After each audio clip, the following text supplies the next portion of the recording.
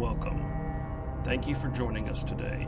Be forewarned, today's video contains some very sick and twisted information. Richard Trenton Chase, later known as the Vampire of Sacramento or the Vampire Killer, was born on May 23, 1950.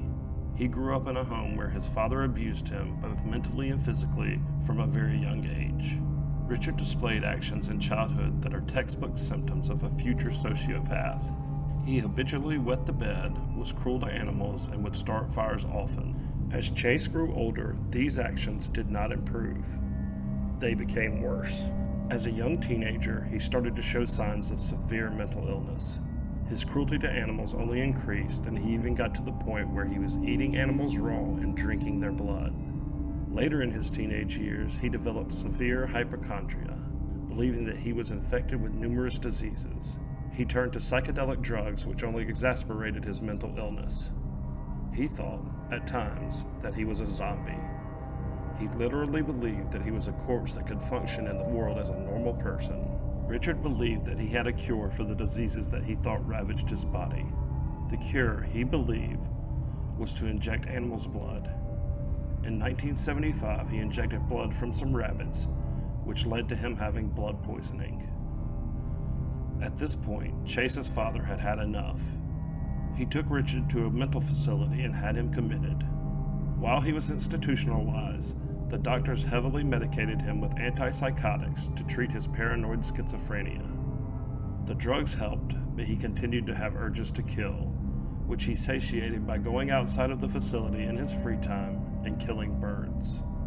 He would drink their blood and often be covered in blood when re-entering the building. The staff there jokingly nicknamed him Dracula, which Richard loved. At some time in treatment, Chase would be released into the care of his mother.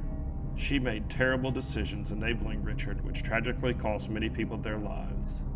His mother decided to wean him off his antipsychotic medication, rent him an apartment, and give him money to live. At this point in Richard's life, he was a monster, but he had yet to take anyone's life.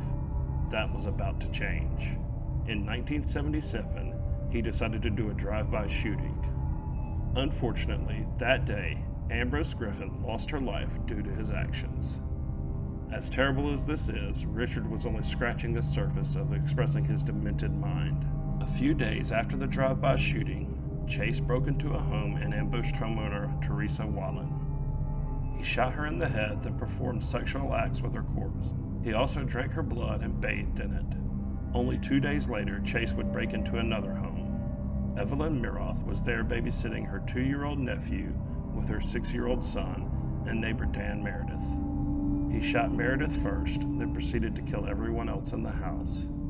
He desecrated Evelyn's corpse just as he had Teresa's. He took the 2-year-old's body with him, later eating the brain and drinking the blood from the organs. He then dumped the body at a neighboring church. At this crime, Chase was not careful whatsoever. He left evidence everywhere. Police would track him down after a former classmate of his notified them that Richard had approached her, covered in blood, shortly after the crime. Chase would be arrested shortly thereafter. Richard's apartment could only be described as horrific. Investigators would find a blender with animal parts mixed with soda that he drank. There were body parts throughout his home. Chase would go on to plead insanity, but it did not work. He was convicted on all counts and sentenced to death in the gas chamber. Richard would never meet his date in the chamber, though, overdosing and killing himself in 1979 with his antipsychotic medication that he had been stashing while on death row.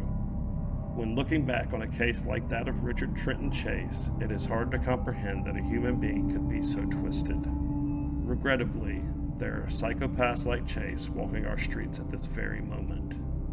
Thank you for joining us today as we took a glance at this horrifying story. Please like, subscribe, share, and comment. Until the next one.